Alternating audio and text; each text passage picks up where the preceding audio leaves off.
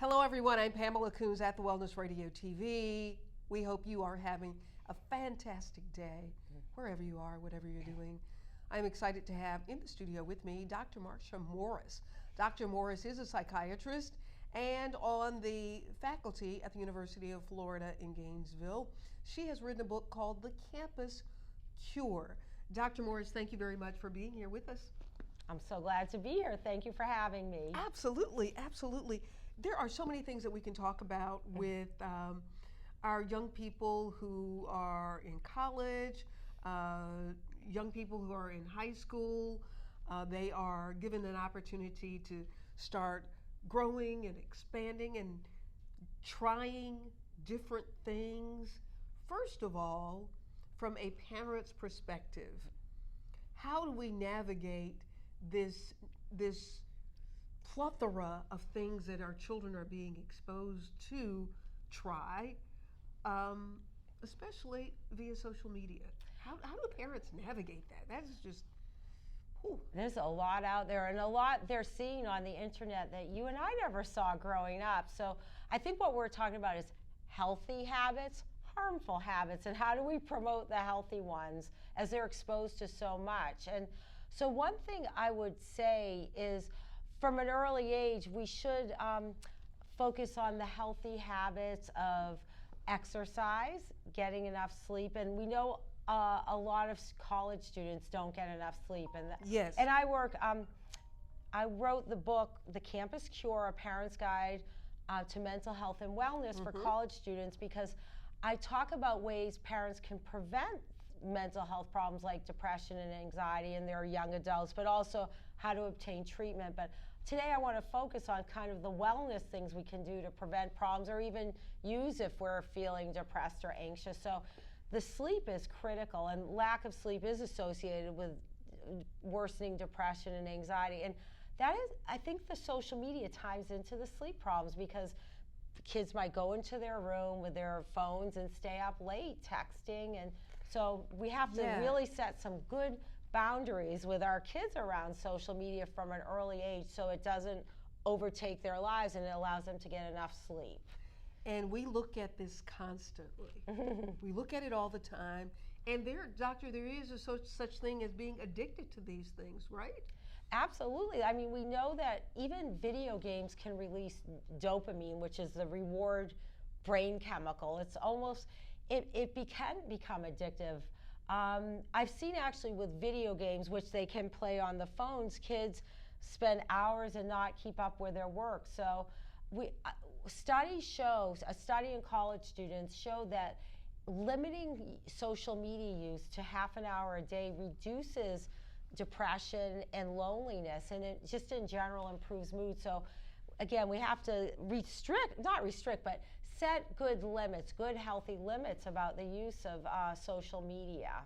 Yeah, and that is challenging, because here, I am a fully grown adult, and you start looking at social media and you may think you're going on to just look at something, and look, it's an hour later. Right. Just in one checking of something, and then you go to here and then you go to there.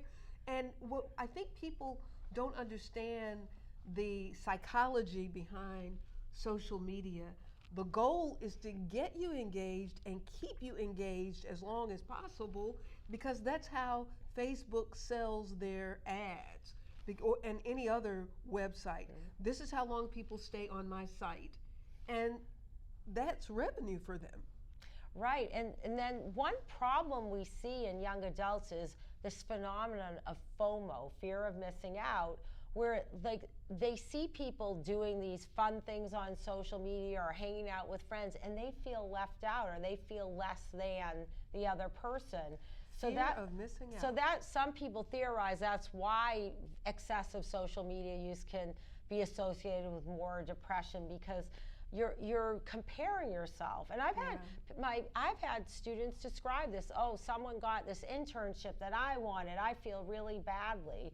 So the person is posting pictures of them at their internship or whatever. Right. We're talking about it. And then we also know people paint a picture of their lives that's often more positive than what's really going on. So people look at everyone's lives and think, oh, they have the best lives. What's wrong with me? I'm not good enough. And so that's another danger. I mean, I think social media has wonderful uses too. We're on social media now, but we have to recognize that for young adults who don't know about certain risks, we've got to teach them. Yeah, and children too. Yeah, you see people and they're looking gorgeous, but we don't see them before they get all the makeup on, or there are these apps that you can use to make you. I didn't even know that there was an app that can make you look bootylicious. Did you know that? I did not know that. That there's an app that you put on your phone and it can make you look more voluptuous. You know, have more of this and have more of that. Like, really? Well, and you're bringing up a very important link to what we've seen is an increased rate of eating disorders. Like, because people are seeing these altered images on social media that aren't real. They're not even real. And so people are having these impossible expectations of what their body should look like. And men, excuse me, men too. So we're talking to Dr. Marsha Morris. She wrote the book, The Campus Cure. It is a parent's guide for managing your children that have gone off to college. And you spoke of eating disorders. What should parents be looking for? Or let me just ask this. What is the most common form of eating disorder that you're seeing, doctor? Well, in general, binge eating disorder is the most common, where people will just eat huge amounts of food or just and more than they need, and eating at large amounts at once. And that's often we call it emotional eating. They're trying to soothe themselves. That actually releases dopamine. I mentioned the dopamine release with video games. Eating too much does the same thing. So some people view eating disorders as an addictive behavior, and the less common eating disorders are anorexia, where people lose a lot of weight, and also bulimia, where people might eat a lot but then eliminate the calories either through vomiting or through use of laxatives. So there are three different main kinds, but binge eating is the biggest kind. And as we know, we have an obesity epidemic in this country. So with your kids, it's so important to model healthy eating from an early age, and really make sure your kids are getting those 3 meals a day, because most of the students I see on campus are not eating their 3 meals a day, but it really helps regulate mood when they're eating regularly. Yeah, and Dr. Morris, talk about nutrition and mental health.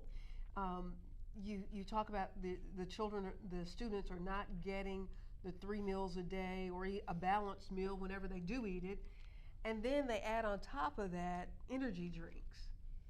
How is that impacting this neurological system that's still developing, and how does it show up as it relates to mental illness? Well, energy drinks aren't, I wouldn't say they're directly linked to mental illness, but certainly the high levels of caffeine can cause anxiety attacks and also cause insomnia, which makes mental health issues worse. So, and they say when you've not had enough sleep, your brain operates like you are drunk. Right, and that is true. And many students are not getting enough sleep, and many high school students actually aren't. And that they're so pressured to get into college, they'll sacrifice sleep to do more activities. That's a thing we're seeing at younger ages, which is a huge problem. Parents are in a dilemma. They want their kids to get their 8 or 9 hours, but then they know how competitive school is. Yeah. But nonetheless, we as parents have an obligation to say, I'd rather you get a B than sleep 5 hours a night for this whole week, a night per night this whole week. Yeah. So we have to instill those healthy habits. And you brought up the issue of diet. We know something called the Mediterranean diet is the best diet for mood. It's what people eat along the Mediterranean Sea, in countries like Italy and France and even in the Middle East. But they eat lots of whole grains, fruits, vegetables, olives, olive oil, legumes or beans, things like that. I feel like and you can still have fish, lean meat, and some dairy is okay too, but Yeah. eating that balanced, healthy diet is so critical.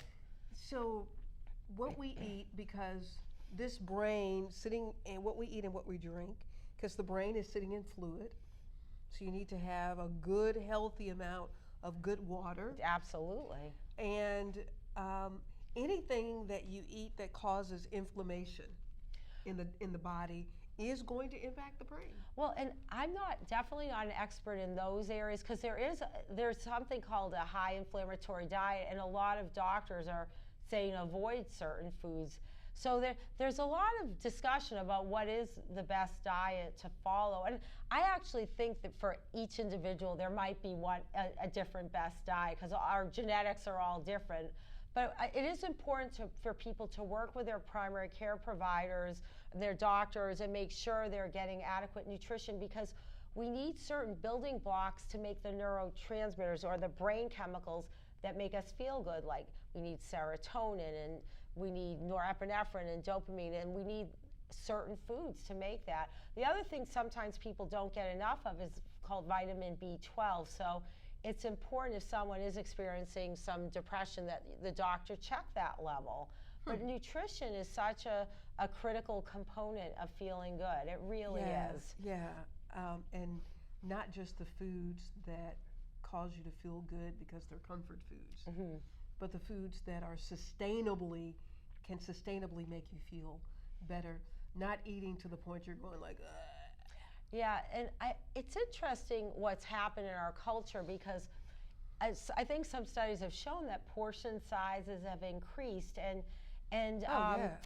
there even was a point where our government recommended like a low-fat, high-carb diet, which wasn't necessarily good either, because the carbohydrates they found, or the high sugar foods, actually are damaging to our blood vessels. We used to think it was the fat. So there needs to be a lot more research in nutrition. That's one thing that we need to do. But again, it's always good to work with your medical provider or a nutritionist and figure out what works for you to feel healthy and good. And I think also just listening to your body.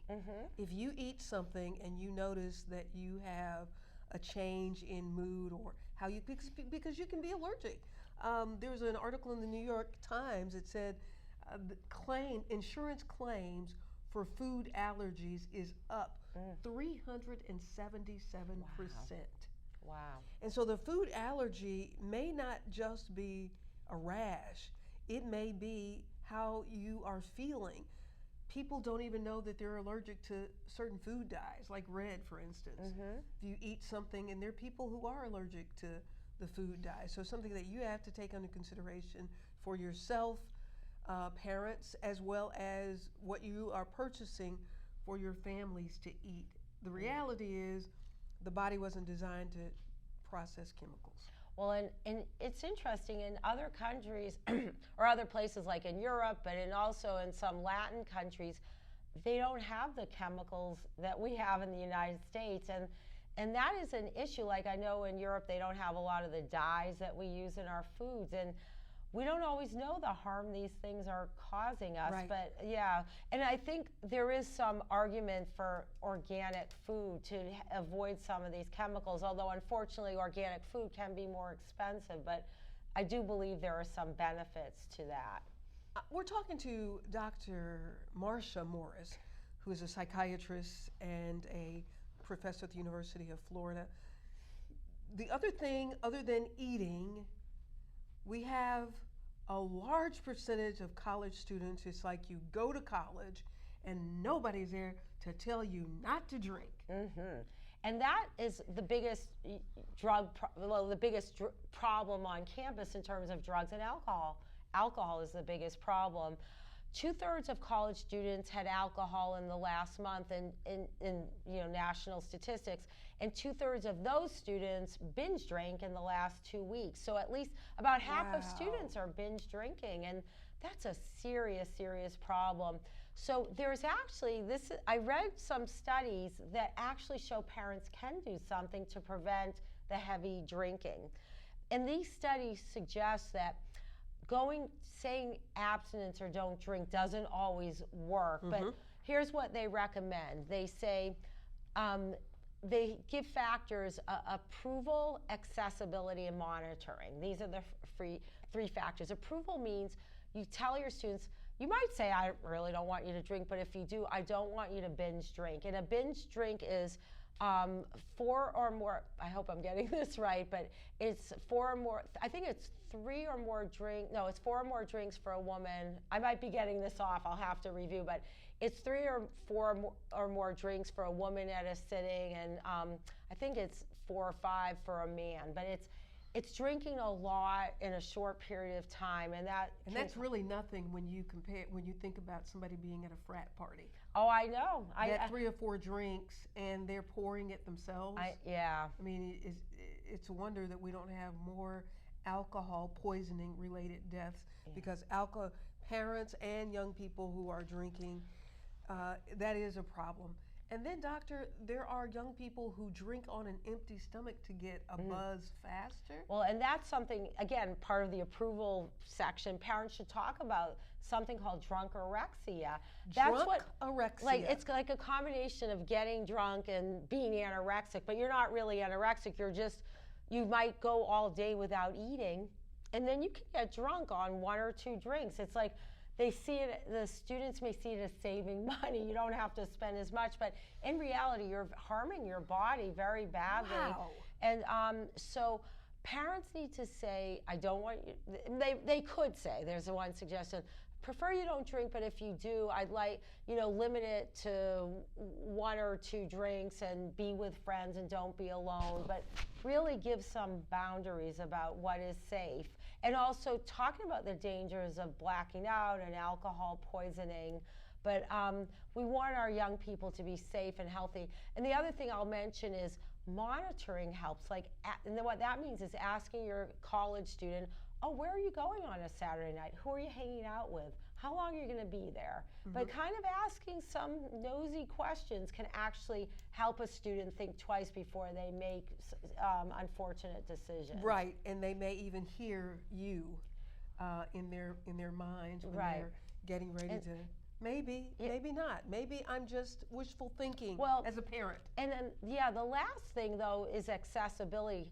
Just being available to your young adult. When they call, you can talk with them and be there for them. That's just having those conversations in general is good. But you're right, parents can do all those things, and there are some young adults prone to drugs and alcohol, maybe genetically prone, who might overdo it. Genetically prone, doctor. And we don't know all the genes. That is a reality, yes. That you can be genetically prone to have a personality that you become more addictive to behaviors? Well, or it's not, you have a different response to alcohol or other drugs than most people. You might activate something called the reward pathway where dopamine is released. So some people are prone to overdo it with alcohol. Like I've had people describe to me, once I have that first drink, I can't stop. That's dangerous. Wow. So what we want to do with young adults, where we know, let's say we know there's a family history of alcoholism or alcohol problems in the family. We want to have that conversation with our kid before they go to college and say, listen, this is our family history. You might be genetically at risk for this. I don't want you to drink, or if you do, limit it to this amount. But I've seen this with people where they just have a tough time stopping. The good news is there are Alcoholics Anonymous programs where people can get support to stop. And in Gainesville, we have a wonderful program called the Florida Recovery Center, where people, students, but non-students, anyone can go who has an alcohol or drug problem. So we do have treatment, but it is important for parents to recognize if their child is having a problem and encourage them to get help. One more thing before we go, Dr. Morris. When you talk about drunkorexia, blacking out, the other conversation that parents need to have with their young people is you leave yourself open to be preyed on for sexual assault. And then that brings on a whole nother set of psychological challenges that young people have to deal with after having been involved in those kind of encounters? Well, and we know that in cases of sexual assaults, often both parties involved have been drinking. And so there is, we can't blame, of course we can't blame anyone who drinks who's been sexually assaulted, but drinking is a risk factor for the occurrence of sexual assault. So, and again, when our young adults go out with other people, we want them to be with friends and have a buddy system. Even having one student who isn't drinking, who's looking out for everyone. I think that it's not a designated driver, but it's more the designated sober person. It's really important. It's important for young adults to look out for each other in this world. And for that person to have a strong enough personality to not be concerned about whether or not you're going to like me tomorrow because I helped to escort you out of a situation.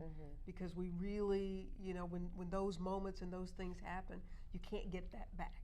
Right, and if there is a sexual assault, we want people to get help. I mean, it's really important to get both a physical exam to make sure you haven't acquired any kind of illnesses, but also to make sure you get the psychological help. Right. And many people don't report the assault, and that's an individual decision, but it's important to get that psychological help to deal with what you've been through, because it's very challenging when that does occur. We're talking to Dr. Marsha Morris. Dr. Marsha Morris is a professor at the University of Florida and the author of a book called The Campus Cure. It is a parent's guide to interacting with your young adults, your babies that you took to college, who come home as young adults who may be coming home with way more baggage, emotional baggage, than they left with. And how do you help them through that process without you losing you in trying to help them, and without judgment, and keeping that line of communication open so they can continue to come and talk to you?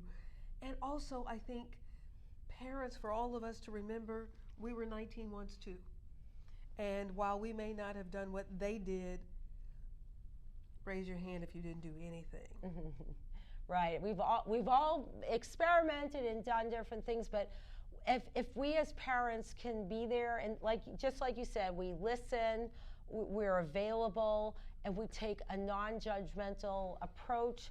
But I do think we have a role to help them problem solve and guide them, and to get help if they need it. But also stay positive, and again, stay hopeful that you will help them weather this storm that they're going through. Dr. Morris, this says The Campus Cure, and it's about college students. What do you think about this book being a read for families who have children in high school, and maybe the children being a part of this reading and helping to open discussion? I would love for parents and students to read this book in their junior or senior year of high school, to be prepared for what could happen at college.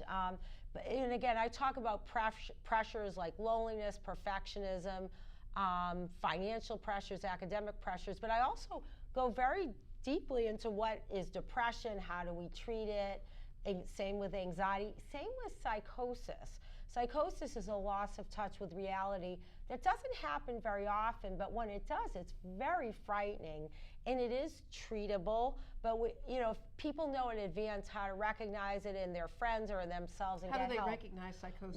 Well, it's tricky, because part of the psychosis may be a lack of awareness of what's going on. But I'll give you some specifics. Sometimes we hear voices in our head that can actually be normal for about 3% of the population. But sometimes the voices might be telling us we're worthless. They're actual voices that isn't your voice. You're worthless. They might tell you to harm yourself. That's a sign that I need help. I need to seek help right away. Or just feeling paranoid. All of a sudden you're mistrustful of everyone.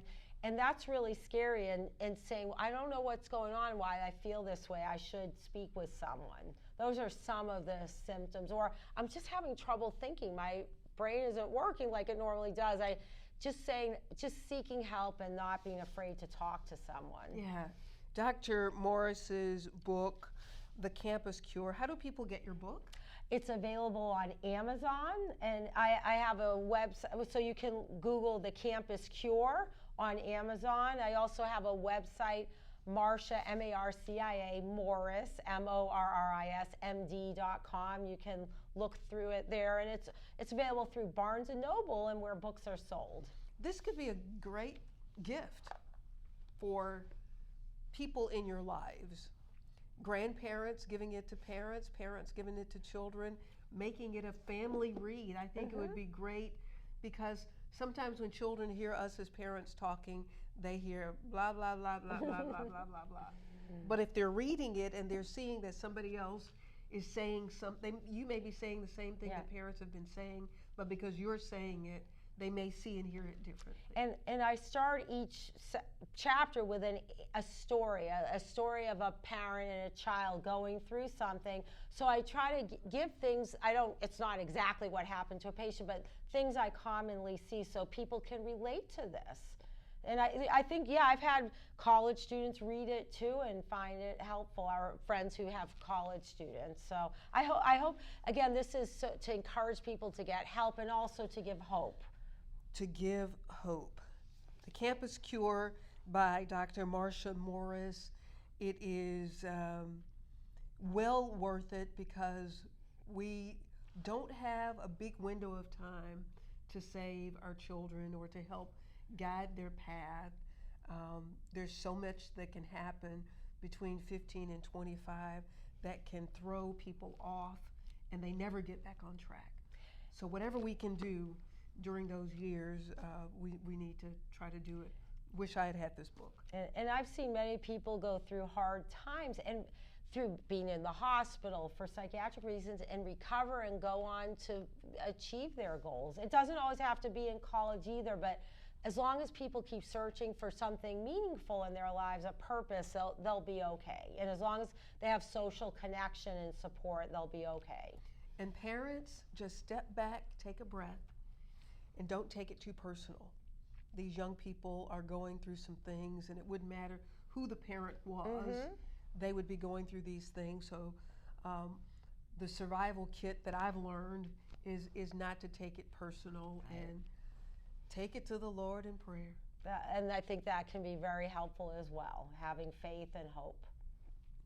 Dr. Marcia Morris, thank you very much for being our guest. Again, you can get her book on Amazon. It's called The Campus Cure, A Parent's Guide to Mental Health and Wellness for College Students. We really appreciate you watching and listening. Make sure that you continue to listen to At the Wellness Radio TV. You can go to www.wellnessradiotv.com or watch it on our Facebook page. We look forward, and if you have some show ideas that you would like, topics that you would like for us to cover, please let us know. We look forward to talking to you next time. I'm Pamela Coons at the Wellness Radio TV. Remember, there is healing at the well.